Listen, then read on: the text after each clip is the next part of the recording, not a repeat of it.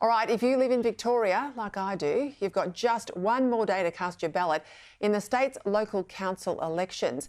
Now, unlike other states, the Victorian Electoral Commission runs their council elections entirely by postal vote.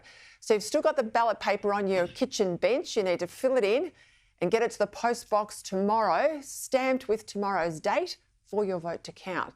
Of course, the most closely watched race is that of the Melbourne Lord Mayor. 11 candidates are vying for the position.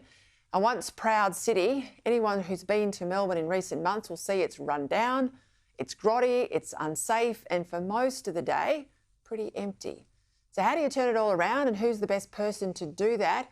I've got a bit of self-interest. I am a resident of the City of Melbourne, and joining me now is the current Lord Mayor candidate, my old Sky News sparring partner, Nick Rees.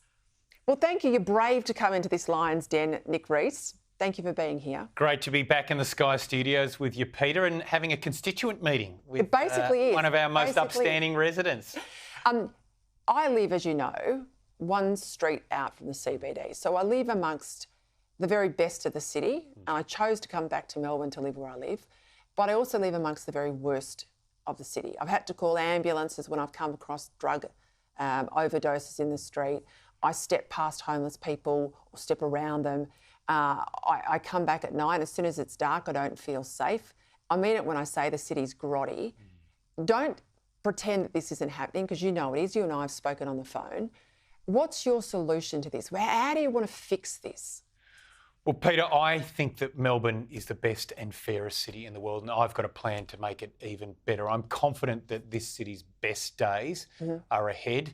As you know, I became Lord Mayor a number of months ago, and I have not wasted a single day. I got the e-scooters off the streets, made our footpaths safe again, got rid of the clutter, the tripping hazards that was creating, not making our footpaths safe.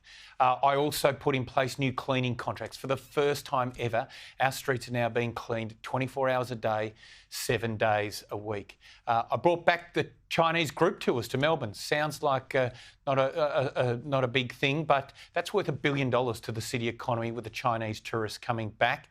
I've also, again, sounds like a small thing, but got the cattle trucks off City Road, which are a big problem for people around South Bank, got them back into the Domain Tunnel. So I am very focused on getting the city clean, making it safe, and ensuring that Melbourne's best days are ahead. So I will give you credit on the e-scooters, because there's been a lot of talk about extending the trial. You get in the job and you move on that. But what would you say to your critics who say, well, hang on, you were the Deputy Lord Mayor. A lot of this stuff has been degraded. Yes, COVID, but degraded under your watch. What would you say to that?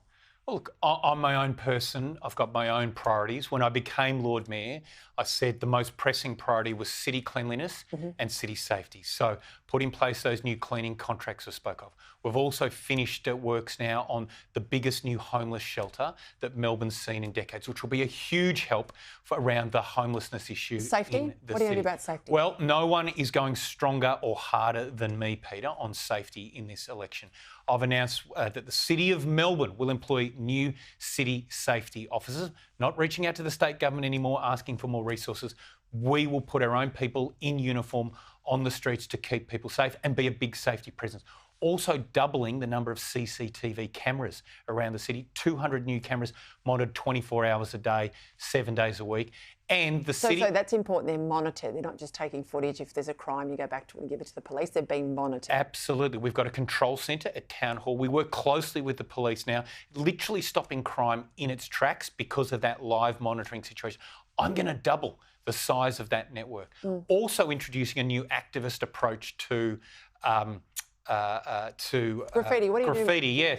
By doing, we will actually be present in court proceedings, put the case for the city, and implement a you spray, you pay policy. So if we catch a graffiti vandal, we'll make them clean it up and pay for the damage to property as well.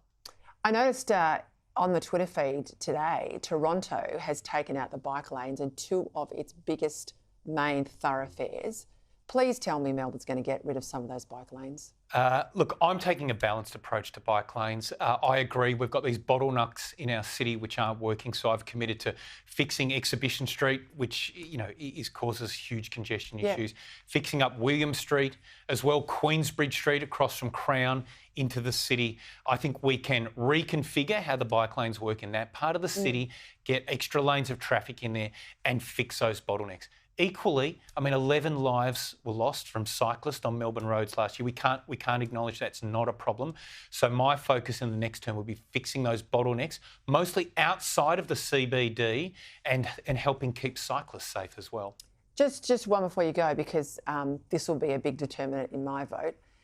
I am told there's been a whole lot of preference deals done, and if we're not careful, we could end up with a green activist Melbourne Council. How true is that? Yeah, so look, I'm running with Rashina Campbell. We're a really strong ticket with a positive plan for Melbourne.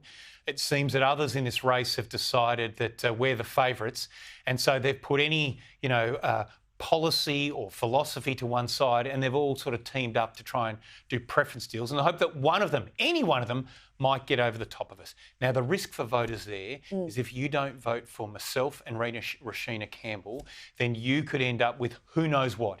You might vote for one political party, end up with someone completely different in the top job at Town Hall.